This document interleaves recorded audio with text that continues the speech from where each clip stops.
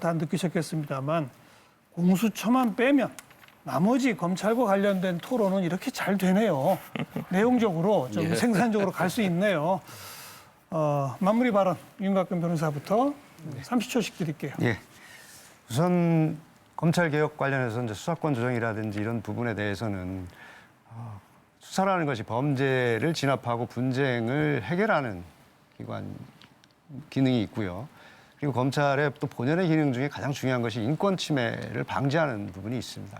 이 두 가지 기둥을 지켜나가면서 견제와 균형이라는 그 민주주의 원리가 작동될 수 있는 그런 토대 위에서 논의가 돼야 되는 것이지, 어떤 검찰이 지금까지 잘못했으니까 권한을 뺏는다든지 또 이 정파적으로 네 편이냐 내 편이냐 갈라서, 또 아니면 기관 이기주의로 갈라서 이 권한을 분배하는 이런 방식은 전혀 국가 경영 원리에 맞지 않는다는 말씀을 드리고요.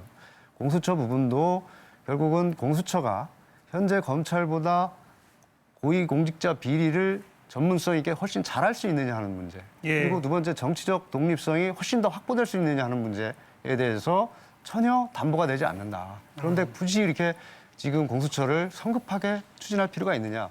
원점에서 다시 논의를 시작해야 된다, 이렇게 생각합니다. 김 변호사.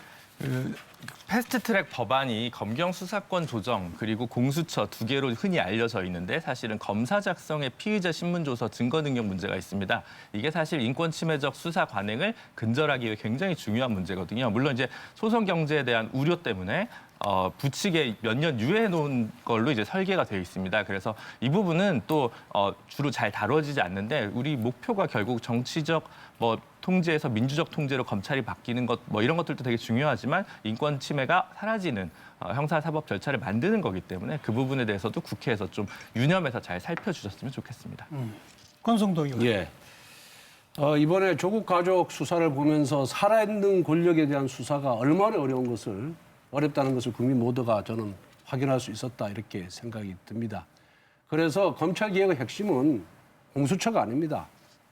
검찰이 정치적 중립성 확보입니다. 이를 위해서는 대통령의 막강한 인사권을 제한해야 됩니다. 그리고 검찰이 지금과 같은 무소불위의 권력을 휘두르는 것은 수사권을 갖고 있기 때문입니다. 이 수사권을 대폭 제한해야 됩니다.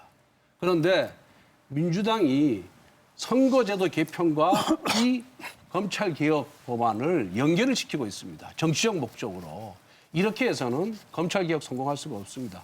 패스트트랙 풀고 검찰개혁은 검찰개혁대로, 선거제도는 선거제도대로 국민의 뜻에 따라서 쫓아갈 때만 대한민국 정치가 복원이 되고 성공할 수 있다, 이렇게 생각합니다. 네, 송기현 의원. 20년 지났습니다. 국민의 80%가 넘는 분께서 필요하다고 생각하고 있습니다.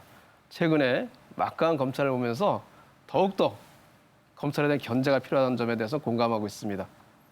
저희들이 야당부터 추진하던 것을 장기 집권의 음모다, 또 이 검찰과의 견제 균형을 위한 기관의 불의를 가지고 옥상옥이다, 이렇게 얘기하시는 것은 정략적인 공격에 불과하다, 저렇게 생각합니다. 많은 국민들이 요구하는 국민의 80%의 그 요구를 한국당에서 꼭 새기셔서 공수처에 대해서도 진지한 협의를 해주시기를 또 부탁을 드리겠습니다.